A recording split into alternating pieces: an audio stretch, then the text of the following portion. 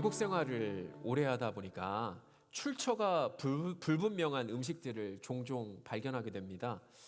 우리 교회 말고 예전에 섬겼던 교회 어느 권사님께서 분명히 한국 음식이라면서 먹어보라고 갖다 주셨는데 아무리 봐도 먹어봐도 어딘지 모르게 뒤섞여서 어디서부터 한국 음식이라고 해야 할지 갈피를 못 잡게 하는 음식이 있습니다. 먹자마자 이태리도 생각이 나고 먹자마자 저기 스페인도 생각이 나고 이게 참 재밌는 맛이 생각이 날 때가 있어요. 이와 마찬가지로 그리스도인이라고 하는데 아무리 봐도 아리까리하고 아무리 봐도 아리송하고 긴가민가하게 만드는 사람들이 있습니다. 목회자는 주의 종인데 자기 종인 줄 아는 사람들도 있고요. 성경 이야기는 하는데 결국 내가 복음을 이야기하는 사람들도 있더라고요. 오늘 본문을 통해서 그리스도인이라면 우리는 누구를 닮아야 하는지, 그리고 우리가 정말 그리스도인이라면 무엇이 드러나는 삶을 살아야 하는지를 한번 살펴보고 이것을 가능하게 만드는 요인이 있다면 무엇인가를 한번 살펴보려고 해요. 먼저 그리스도인은 그리스도를 닮아야 합니다. 예전에 이베이에서 다이슨 드라이어를 제가 구입을 했습니다. 검색을 해보니까 물론 저렴하게 나온 것도 있었고 새 것이라고 설명을 해서 아무런 의심 없이 제가 구매하게 되었습니다. 그런데 포장을 뜯고 제품을 신중하게 들여다보니까 곳곳에서 이 짝퉁, 이 가짜를 의심할 만한 증거들이 계속해서 발견되기 시작했습니다. 아무도 확인하지 않는 부분부터 찬찬히 살펴보니까 다이슨 공식 홈페이지 제품과 다른 가짜라는 것을 확인하고 바로 환불 요청을 했습니다. 이처럼 우리 주위에는 진짜라고 거창하게 설명하는 가짜들이 많습니다. 물론 교회 안에서도 그런 일이 비일비재합니다. 마치 알곡과 가라지와 쭉정이가 함께 자라는 것처럼 보일 때도 있습니다. 한 교회에 참 신실하고 부지런한 리더 자매가 실제로 있었습니다. 이 알곡과 같은 자매와 결혼하려고 가라지와 쭉정이 같은 청년 하나가 갑자기 새벽 예배부터 교회 봉사, 교회 모든 섬김, 선교까지 그야말로 올인을 했습니다. 그 담당 목사님 말씀으로는 이렇게 뜨거운 청년은 자기 목회 역사상 처음이다라고 생각을 했다고 해요. 많은 사람들의 축복을 받고 결혼을 하자마자 그 청년은 교회를 나오지 않았다고 합니다. 뭔가 다 이룬 것 같아요. 원했던 것을. 이 자리에 있는 우리 모두는요, 그리스도인입니다. 세상 사람들이 예수 그리스도를 따르는 삶을 충성되게 살았던 사람들을 그리스도인이라고 부른 이유가 다 있습니다. 그리스도인이라고 불리기 전에는요, 성경을 찾아보니까 뭐라고 불렸냐면 성도들이라고 불리기도 했고 제자들이라고 불리기도 했고 믿는 무리, 교회, 형제들, 심지어는 나사렛 이단 이렇게도 다양하게 불렸어요. 그런데 어떻게 이제 크리스찬이라고 부르기 시작했냐 찾아보니까 가르침을 받은 대로 예수 그리스도의 형상 닮은 모습들이 끊임없는 영향력으로 드러나기 시작할 때 비로소 like Christ, 크리스찬으로 안디옥에서부터 비로소 불리기 시작했습니다. 사도행전 11장 25절부터 26절 말씀을 한번 볼까요? 이렇게 나와 있어요. 바나바가 사울을 찾으러 다소에 가서 만남에 안디옥에 데리고 와서 둘이 교회에 1년간 모여 있어 큰 무리를 가르쳤고 제자들이 안디옥에서 비로소 그리스도인이라 일컬음을 받게 되었더라라고 기록이 되어 있습니다. 그리스도의 가르침대로 삶을 살아가는 사람을 우리는 그리스도인이라고 할 수가 있습니다. 왜요? 말씀에 근거를 해보면요. 성명구 선교사님 큰아들이 멕시코 남부 오하카 초등학교에 다닐 때 이야기입니다. 당시 학년 회장이었는데요. 학년 회장은 우리나라 조회 시간마다 학생들 앞에 딱 서가지고 멕시코 국기를 딱 바라보면서 멕시코에 대한 충성을 큰 소리로 맹세하는 시간이 있었다고 합니다. 이제 멕시코 국가가 이렇게 연주가 되고 자랑스럽게, 우리나라로 치면 아마 이런 것 같아요. 나는 자랑스러운 태국기 앞에 조국과 민족의 무궁한 영광을 위하여 몸과 마음을 바쳐 충성을 다할 것을 굳게 다짐합니다. 뭐 아마 이 정도였겠죠. 앞에서 여러분 서가지고 조회 시간대에 국기에 대한 맹세를 하는 성명구 선교사님 아들을 우리는 멕시코 사람이라고 부를 수가 있을까요? 바꿔 말하면 우리가 사람들 앞에서 주기도문 좀 외워주고 사람들에게 금요일 또는 뭐 주일 예배를 사람들 앞에서 드린다고 하고 대표 기도를 한다고 해서 그리스도인이라고 말할 수 있을까요? 예전에 그리스도인들이 되기 위한 그 과정들을 보면은요, 우리에게 시사하는 바가 커요. 초대교회 당시에는 세례 대상자들을 약 3년 동안 세례 교육을 시켰습니다. 교리문답이라고 해서 하나님은 누구신가? 예수님은 누구신가? 라고 하는 것을 3년 동안 가르치면서 그때 이미 이단이 걸러져요. 잘못된 신앙이 온전하게 바로잡기 시작하죠. 3년 동안 세례 교육을 하고 사순절 40일 기간 동안은 집중 훈련을 하거든요. 세례 대상자들은 고난 주간에는 금식을 하고 강해 설교를 들으면서 기도하면서 세례받을 준비를 철저하게 했습니다. 부활절 새벽이 되면 순서에 따라 세례를 받고 비로소 성찬에 참여할 수가 있었고요. 부활절 이후 일주일 동안에는 자신이 받은 세례와 성찬의 그 의미와 상징을 풀어서 설명을 해 주었습니다. 그리고 앞으로 세례받은 그리스도인으로서 어떻게 거룩한 삶을 살아야 하는지를 교육했습니다. 그런데 기독교가 로마의 국교가 되고 세상의 가치와 기준이 교회 안으로 들어오게 되면서부터 그리스도를 닮은 그리스도인보다 영접한 그리스도인의 숫자가 중요하게 되었습니다. 영접한 순간부터 이 천국행 티켓을 받은 사람들은 그것으로 만족하고 그리스도를 닮는 일은 사도 바울 말고는 이 땅에서 도저히 나는 할 수 없다 생각하기 시작했습니다. 이런 소위 세상과 교회를 가르는 시도들은 세상에서의 그리스도인과 교회에서의 그리스도인들이 각각 다르게 사는 것이 일상이 되게 만들었습니다. 우리가 그리스도인으로 마땅히 감당해야 할 사명들보다는 나만 다르게 사는 것은 손해라는 인식이 누룩처럼 퍼져가기 시작했습니다.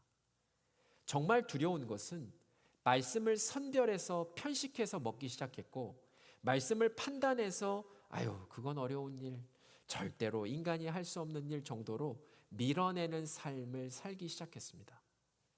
실제로 우리 교회에서 제가 경험한 양극단입니다. 어떤 분이 이렇게 얘기를 하시더라고요. 어느 날 목사님, 제가 봤을 때 이민 삶 속에서 온전한 11조 하는 사람은 거의 없습니다. 그렇게 사는 사람도 없고요. 그렇게 강요해서는 안 됩니다. 근데 다른 분은 또 이렇게 얘기를 하시더라고요. 목사님, 하나님 앞에 11조를 드리고 싶은데 매번 쪼들리니까 너무 힘들더라고요. 너무 속상해서 이번에 못 드려서 하나님께 죄송하다라고 기도를 했는데 마침 갑작스럽게 뜻하지 않은 돈이 생겨서 하나님께 드릴 수 있어서 감사합니다. 이렇게 말하고 제 앞에서 울더라고요. 이 양극단을 두고 예수님은 어떻게 반응하셨을까요? 예수님은 이 땅에 오셨을 때 말씀을 달달 외우고 해석하고 가르치는 바리새인들보다 고개를 차마 하나님 앞에 들지 못하고 나는 죄인이라고 고백하는 세리의 마음을 기뻐 받으셨습니다. 가난한 사람들을 위해 그 돈을 써야 한다고 펄쩍펄쩍 뛰는 가룟 유다보다 노동자들의 1년치 월급에 해당하는 향유 5컵을 깨는 마리아의 마음을 기뻐 받으셨습니다. 결국 마음의 중심을 보시는 하나님께서는 그리스도인으로서 마음을 다하고 뜻을 다하고 힘을 다하여 내 하나님 여호와를 사랑하는 그 마음을 보고 계십니다. 저는 서두에서 그리스도인은 그리스도를 닮아야 한다라고 첫 번째 포인트를 말씀드렸습니다. 돌 감람나무였던 우리가 참 감람나무의 젖붙임이 되었고, 아무런 열매를 맺지 못하던 우리가 포도나무이신 예수님께 젖붙임 되었다면 우리의 열매는 우리가 거하는 젖붙임 받은 나무의 열매를 맺는 것은 당연한 것이 아니겠습니까? 어느 누구도 절대로 협박이나 겁박을 해서 예수 하나님의 아들 그리스도를 영접하라고 한 적이 없다면 내가 선택한 결정에 대해서 책임을 지는 것은 당연한 것이 아니겠습니까? 하나님의 말씀은 잘못된 것이 없는데 그 말씀의 씨앗이 우리 마음밭에 떨어졌을 때 열매를 맺어야 하는 것은 당연한 것이 아니겠습니까? 결국 우리가 그리스도인으로 그리스도를 닮으려면 그리스도를 닮을 마음이 있는지 그 여부가 가장 중요합니다. 평양 감사도 내가 하기 싫으면 할 수가 없고요. 물에 빠진 사람도 살 의지가 없으면 살 수가 없고, 진정한 변화는 바로 내가 마음을 새롭게 먹을 때 시작되기 때문입니다. 여러분은 그리스도인으로 그리스도를 닮기를 원하십니까? 강명상 권사님, 그리스도인으로 그리스도를 닮기를 원하십니까? 그 낭낭한 목소리가 저한테 들립니다. 그렇다면 그리스도를 닮기 위해서 꼭 거쳐야 하는 필수 코스부터 여러분 시작해야 됩니다. 그러므로 두 번째로 살펴볼 것은 그리스도인은 그리스도의 마음을 품어야 됩니다. 본문 5절에 보시면 이렇게 나와 있어요. 너희 안에 이 마음을 품으라. 곧 그리스도 예수의 마음이니 라고 나와 있습니다. 이 마음이 뭐냐면요, 성경에서 문맥이 가장 중요해요. 난데없이 튀어나오는 경우는 극히 드물어요. 바로 앞에 나오는 빌립보서 2장 3절을 보면 이 마음이 뭐냐면 공동체가 마음을 같이 하고 같은 사랑을 가지고 뜻을 합할 수 있게 만드는 겸손한 마음이었습니다. 그러므로 이 마음은 뭐냐면 자기를 낮추고 남을 더 낮게 여기는 겸손한 마음입니다. 마태복음은 이 겸손한 마음을 마태복음 1장 23절에서 이렇게 기록합니다. 그의 이름은 임마누엘이라 하리라 하셨으니 이를 번역한즉 하나님이 우리와 함께 계시다 함이라. 누가복음은 이 겸손한 마음을 누가복음 2장 7절에 이렇게 기록합니다. 첫 아들을 낳아 강보로 싸서 구유에 뉘었으니 이는 여관에 있을 곳이 없음이러라. 요한복음은 이 겸손한 마음을 요한복음 1장 14절에서 이렇게 말씀해요. 말씀이 육신이 되어 우리 가운데 거하셨다라고 말씀하고 있습니다. 예수 그리스도는요, 본문 6절을 보면은요, 하나님의 본체셨고 하나님과 동등하신 분입니다. 그렇다면 예수 그리스도는 하나님이심에도 불구하고 자기를 비워서 사람이 되어 죄인들과 함께 임마누엘로 이 땅에 거하셨고, 왕이신 하나님께서 말 밥통에 누우시고 죄가 없으신 하나님께서 십자가에 달려 죽으셨습니다. 사도 바울은 하나님과 우리를 화목하게 만든 예수 그리스도의 이 겸손한 마음이 교회를 하나 되게 만든다라고 말씀하고 있습니다. 겸손에 어떤 유익이 있는지 빌립보서 2장 3절 4절은 말씀하고 있습니다. 아무 일에든지 다툼이나 허용으로 하지 말고 오직 겸손한 마음으로 각각 자기보다 남을 낮게 여기고 각각 자기 일을 돌볼 뿐더러 또한 각각 다른 사람들의 일을 돌보아 나의 기쁨으로 충만하게 하라라고 말씀합니다. 한번 살펴볼게요. 겸손의 유익 첫 번째는 뭐냐면요, 아무 일에든지 다툼이나 허용으로 하지 않기 때문에 교회가 하나 되게 합니다. 다툼의 원어의 뜻은 뭐냐면 갈등, 이기적인 야망이라고 하는 뜻이고요. 허영의 원어의 뜻은 뭐냐면 공허한 영광, 과장된 자기 평가, 자만, 개인적 망상이라고 나와 있어요. 제가 지난주에 종의 마음이라고 하는 책을 읽었는데요, 제가 한번 읽어드릴게요. 당신이 죽은 자를 일으킬 수는 없을지라도 병든 자를 위로할 수는 있다. 눈먼 자의 눈을 뜨게 할 수 없을지라도 가난한 고아의 학비를 한 번쯤 도와줄 수도 있고 병든 이웃에게 음식을 마련해 줄 수도 있다.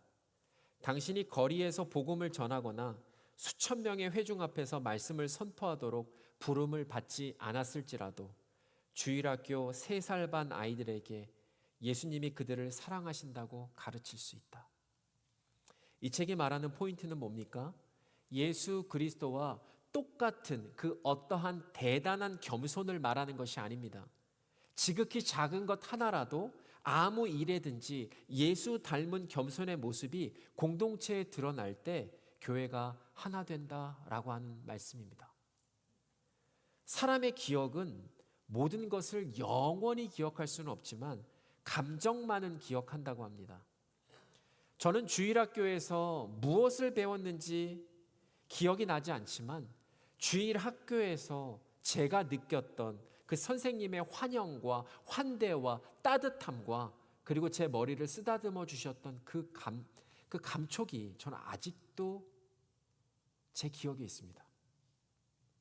이처럼 아까 말씀드렸던 다툼, 갈등과 이기적인 야망이라고 말씀드렸고 허영, 과장된 자기 평가와 자만이 아니라 예수 그리스도의 겸손은 모든 성도들에게 따뜻한 감정으로 남게 될 것입니다. 여러분, 눈을 한 번 바라봐도요, 손을 한 번 잡아도요, 등을 한 번 토닥토닥 거려도요, 사랑과 헌신의 겸손은 고스란히 전달이 됩니다. 사람은 입으로만 말을 하는 것이 아니에요. 오감으로 다 표현하게 되거든요. 이러한 겸손한 한 번의 눈빛과 한 번의 손잡음 그리고 한 번의 토닥토닥거림이 소중한 기억으로 저장이 됩니다. 그것이 교회를 하나 되게 만듭니다. 겸손의 유익 두 번째는 뭐냐면 각각 자기보다 남을 더 낮게 여기기 때문에 교회가 하나 되게 합니다. 자기보다 남을 낮게 여기는 것의 원어의 뜻을 보면 이게 겸손 그 자체예요. 겸손이라고 하는 뜻이에요. 당시 그리스 로마 사회는요, 개인적인 명예와 영광을 추구하는 것을 최고의 덕목으로 생각했어요. 그러니까 삼척동자들이 돼야 돼요. 잘난 척, 있는 척, 아는 척. 그게 자신의 능력이니까요. 사람들 앞에서 웅장하게 연설도 해야 될 줄 알고 이 뛰어난 연설로 인해서 물건도 팔 줄 알아야 되는 겁니다. 이것이 자신의 역량이었기 때문이죠. 그러므로 자기 명예와 영광을 위해서는 남을 짓밟고 희생시키는 일은 당연하게 여겼기 때문에 이런 사회 풍토에서 남을 자기보다 더 낮게 여기라? 이것 자체가, 이 바울의 권면 자체가 이 사회적 가치와 전혀 맞지 않는 혁명적이고요, 세상과 정반대의 길을 가라고 하는 체제 전복적인 요청인 거예요. 누가 이렇게 살겠습니까? 여러분, 사람은요, 태생적으로 창세기 11장을 보면 하나님처럼 높아지고 싶고 그래서 바벨탑을 쌓아서 자신들의 이름을 내고 싶어하는 존재예요. 회장이 끝나면 증경회장으로 남고 싶고, 한국에 보니까 언제적 장관인데 장관이 이미 끝났는데 장관으로 불러주기를 바라고, 교회 직분도 계급으로 생각하고 군대처럼 진급한다라고 생각하는 사람들도 있어요. 저도 단기 선교를 갔는데 얼마나 단기 선교 은혜롭겠어요. 근데 모인 사람들 이야기 중에 어떤 사람이 이런 얘기하는 거예요. 내가 IQ가 얼마다. 우리 집은 대대로 머리가 좋다. 내 지식이 더 많다. 내가 저 좋은 곳 많이 가봤다. 내 자식과 손자 좋은 학교 다니고 좋은 직장 다닌다. 여러분, 이러한 이야기를 얼마나 많이 하는지 몰라요. 그러나 이게 복음과 구원과 무슨 상관이 있을까요? 만약 교회에서조차도 하버드에 들어간 특정 학생만 제가 강백산에서 공개적으로 칭찬한다면 우리 모두는 공부 잘하는 학생과 못하는 학생으로 제가 교회를 가르고 교회를 분열시키고 무엇인가 잘해야 사랑받고 대우받고 인정받는다라고 하는 행동 중심적, 이런 결과 중심적으로 사람을 판단하는 공동체를 만드는 것입니다. 그렇지 않겠습니까? 예수 그리스도는 여러분 어떤 분이셨나요? 예수 그리스도가 겸손하게 전한 복음은 무엇이었습니까? 로마서 10장 12절에 보면 나와 있어요. 유대인이나 헬라인이나 차별이 없습니다. 한 분이신 주께서 모든 사람의 주가 되사 그를 부르는 모든 사람에게 부여하시도다. 영어 성경에 보시면요, There is no difference. 차이가 없어요. 차별이 없어요. 유대인이든 헬라인이든 한국 사람이든 일본 사람이든 중국 사람이든 과테말라 사람이든 상관이 없이, 차별이 없이 사랑하셔요. 그리고요, 하나님을 찾는 사람에게, 하나님을 부르는 사람에게는 동일한 축복을 주십니다. 13절, 누구든지 주의 이름을 부르는 자는 구원을 받으리라. Everyone who calls on the name of the Lord will be saved. 차별이 없는 복음이었어요. 교회는 그 누구도 주 앞에서 특별한 사람이 없습니다. 교회는 그 누구도 주 앞에서 평등합니다. 그러므로 예수 그리스도의 십자가의 은혜를 아는 사람은 자랑할 것이 있다면 십자가 밖에는 그 무엇도 자랑할 것이 없습니다. 갈라디아서 6장 14절에 보니까 이렇게 나와 있어요. 그러나 내게는 우리 주 예수 그리스도의 십자가 외에 결코 자랑할 것이 없으니, 그 이유가 15절에 등장하는데요. 할례나 무할례가 아무것도 아니로되 오직 새로 지으심을 받는 것만이 중요하기 때문입니다. 내 안에서 예수 그리스도를 통해 받은 구원의 은혜로 인해서 The new creation has come, 새로운 피조물이 된 것만 중요한 것이죠. 교회는 내가 시퍼렇게 살아있으면 분열합니다. 교회는 내가 시퍼렇게 살아있으면 갈라집니다. 교회는 내가 예수 그리스도의 십자가를 바라볼 때마다 나의 나된 것은 오로지 주의 은혜라는 것을 인정하는 사람들, 십자가를 바라볼 때마다 내가 보여서 나를 관용하고 인정하고 품어주신 예수 그리스도의 겸손이 보이는 사람, 그 사람은 그러한 예수 그리스도의 겸손으로 교회를 하나 되게 할 수 있습니다. 빌레몬이요, 예수 그리스도의 십자가를 바라보지 않았다면, 제 아무리 바울이 편지를 써서 이 도망갔던 오네시모에게 편지를 보냈다고 하더라도 절대 품을 수가 없었을 거예요. 어떻게 나를 도망가? 이제 와서 용서해달라고? 마치 1만 달란트의 빚을 탕감받고도 자기에게 100데나리온 빚진 자에게 돈을 갚으라고 윽박지르면서 재판장 행세를 했을 수도 있어요. 그죠? 예수 그리스도의 십자가 앞에서 내가 보이지 않으면 절대로 남이 보이지 않습니다. 남을 나보다 더 낮게 여기는 사람은 나를 아는 사람이고 예수 그리스도의 십자가의 은혜를 아는 사람입니다. 예수님께서 나를 바라보셨던 것처럼 다른 사람을 바라보기 때문에 이런 사람들의 입에서는 남을 살리는 말이 나갑니다. 축복하는 말이 나갑니다. 인정하는 말이 나갑니다. 사랑하는 말이 나갑니다. 세워주는 말이 나갑니다. 그렇기 때문에 교회를 그리스도의 은혜와 사랑 그리고 겸손으로 하나 되게 만듭니다. 겸손의 유익 세 번째는 뭐냐면요, 다른 사람들의 일을 자기 일처럼 돌보기 때문에 교회가 하나 되게 합니다. 겸손의 시작은요, 다른 사람의 필요를 최우선순위로 두는 거예요. 세번역은 빌립보서 2장 4절을 이렇게 번역을 했는데 한번 읽어드릴게요.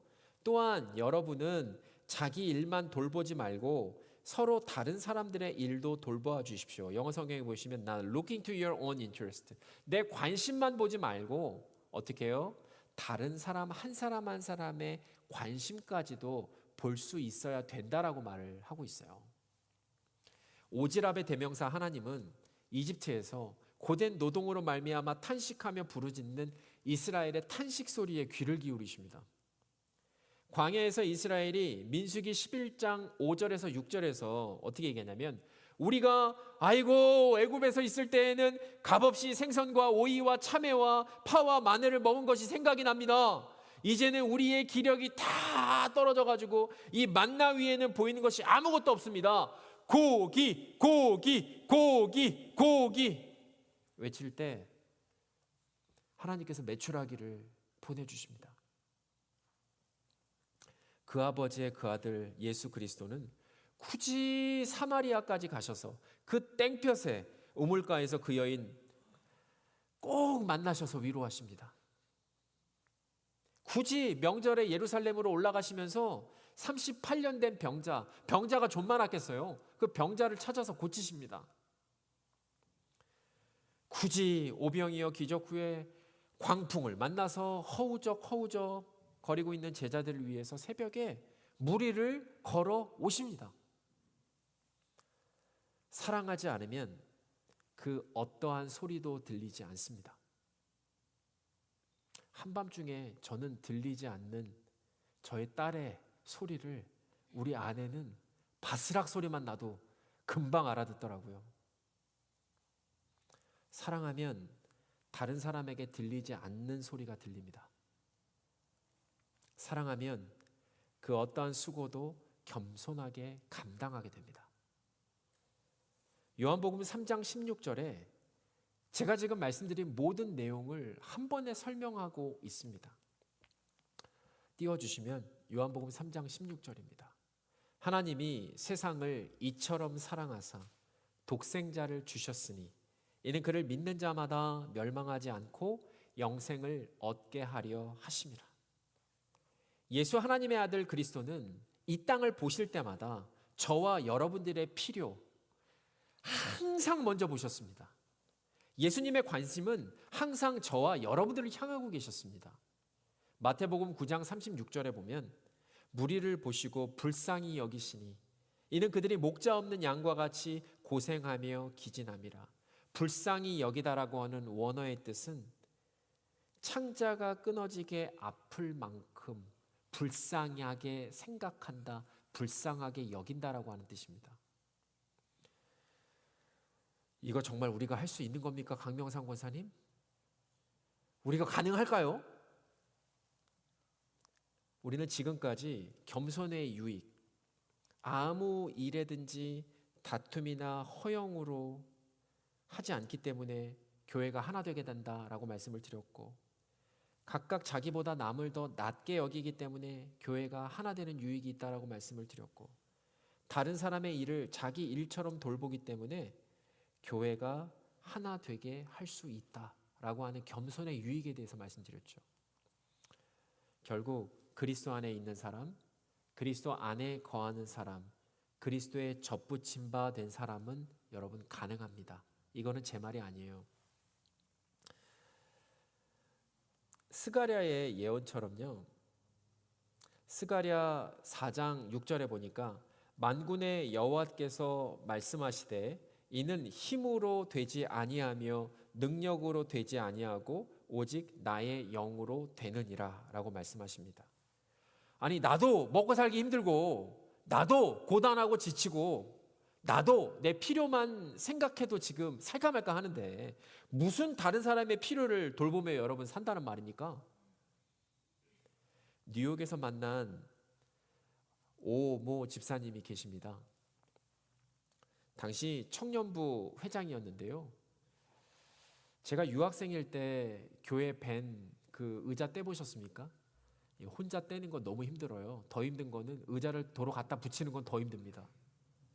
다 혼자 하고, 저희 집 이사할 때 뿐만이 아니라 다른 모든 유학생들 이사할 때마다 이 형은 항상 가서 그 옆에서 묵묵히 자기 일, 자신이 도울 수 있는 모든 일을 감당했던 그러한 귀한 분입니다.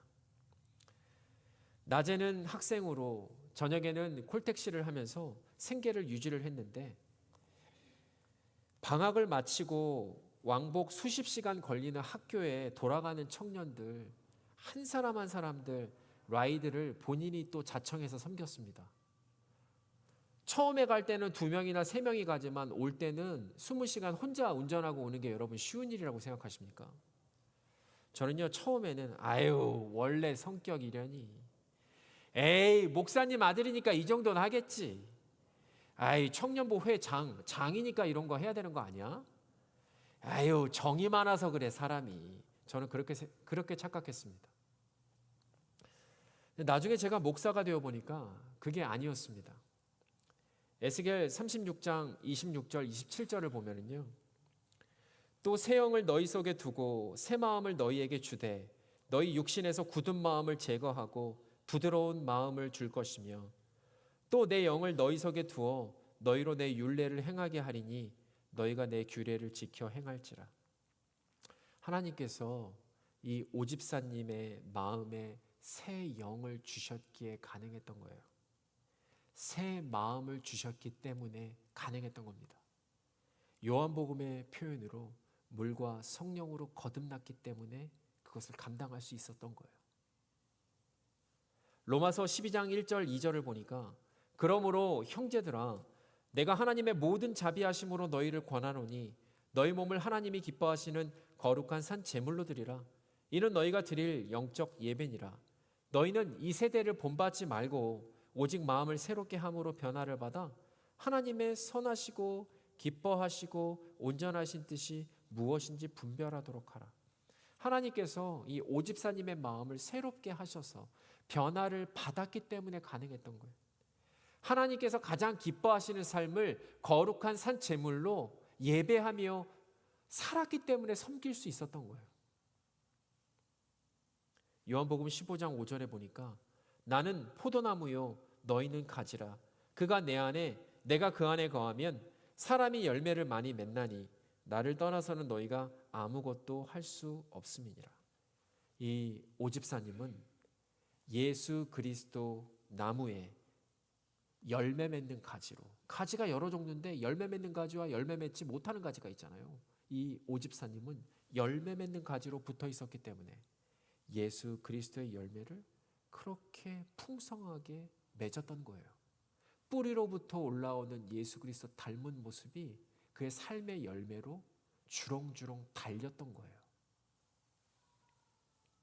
결국 본문 5절 너희 안에 이 마음을 품으라 곧 그리스도 예수의 마음이니에서 이 마음은 겸손한 예수님의 마음이었는데 겸손한 마음은 예수 그리스도가 하나님과 우리 사이를 화목하게 하신 것처럼 우리도 겸손한 마음으로 아무 일에든지 다툼이나 허영으로 하지 않고 각각 자기보다 남을 더 낮게 여기고 다른 사람들의 일을 자기 일처럼 돌볼 때 그것이 교회가 하나 되게 하는 일들입니다. 본문 여기에 대한 이해를 바탕으로 오늘 본문 빌립보서 2장 6절부터 11절을 다시 한번 보겠습니다. 그는 근본 하나님의 본체시나 하나님과 동등됨을 취할 것으로 여기지 아니하시고 오히려 자기를 비워 종의 형체를 가지사 사람들과 같이 되셨고 사람의 모양으로 나타나사 자기를 낮추시고 죽기까지 복종하셨으니 곧 십자가에서 죽으심이라. 이러므로 하나님이 그를 지극히 높여 모든 이름 위에 뛰어난 이름을 주사 하늘에 있는 자들과 땅에 있는 자들과 땅 아래 있는 자들로 모든 무릎을 예수의 이름에 꿇게 하시고 모든 입으로 예수 그리스도를 주라 시인하여 하나님 아버지께 영광을 돌리게 하셨느니라.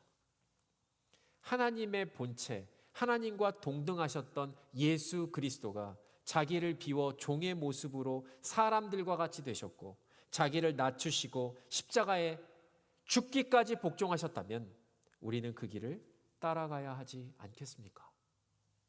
마태복음 16장 24절, 26절에 보니까 예수께서 제자들에게 이르시되 누구든지 나를 따라오려거든 자기를 부인하고 자기 십자가를 지고 나를 따를 것이니라. 누구든지 제 목숨을 구원하고자 하면 잃을 것이요 누구든지 나를 위하여 목숨을 잃으면 찾으리라. 사람이 만일 온 천하를 얻고도 제 목숨을 잃으면 무엇이 유익하리요? 사람이 무엇을 주고 제 목숨과 바꾸겠는가? 이 길은 자기 부인의 길입니다. 자기 십자가를 지고 예수를 따르는 좁은 길입니다. 이 길은 내 목숨을 내놓는 길입니다. 나를 부인하고 나를 거룩한 산 제물로 드리는 일입니다. 날마다 나는 죽노라라고 했던 사도 바울의 고백이 없이는 이룰 수가 없는 겁니다. 이 길은 그러나 영원한 생명을 얻는 길입니다.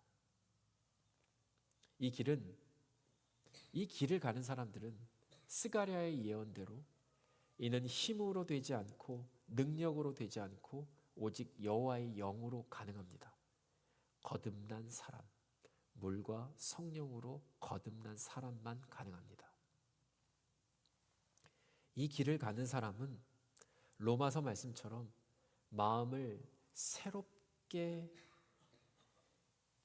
만드시는 그 변화를 받아서 하나님께서 가장 기뻐하시는 삶을 거룩한 산 제물로 드리는 예배의 삶을 살고 있는 사람만 가능합니다. 이 길을 가는 것은 요한복음 말씀처럼 예수 그리스도 나무에 열매 맺는 가지로 붙어서 예수 그리스도의 열매를 풍성하게 맺는 사람들만 가능합니다. 예수 그리스도의 길을 가시기 바랍니다. 이 길은 복된 길이고요. 영원한 생명이 있는 길입니다. 그리고 이 길을 걸어가는 것이 그리스도를 닮은 그리스도인들이 마땅히 걸어야 할 길입니다. 그 누구도 예외가 없습니다. 바라기는 예수 그리스도의 겸손을 닮은 여러분들의 모습이 우리 공동체를 하나 되게 하고 예수 닮은 모습으로 인해서 우리 주님께서 온 세상과 열방으로부터 여러분들의 열매를 통해 영광받게 되시기를 주님의 이름으로 축복합니다.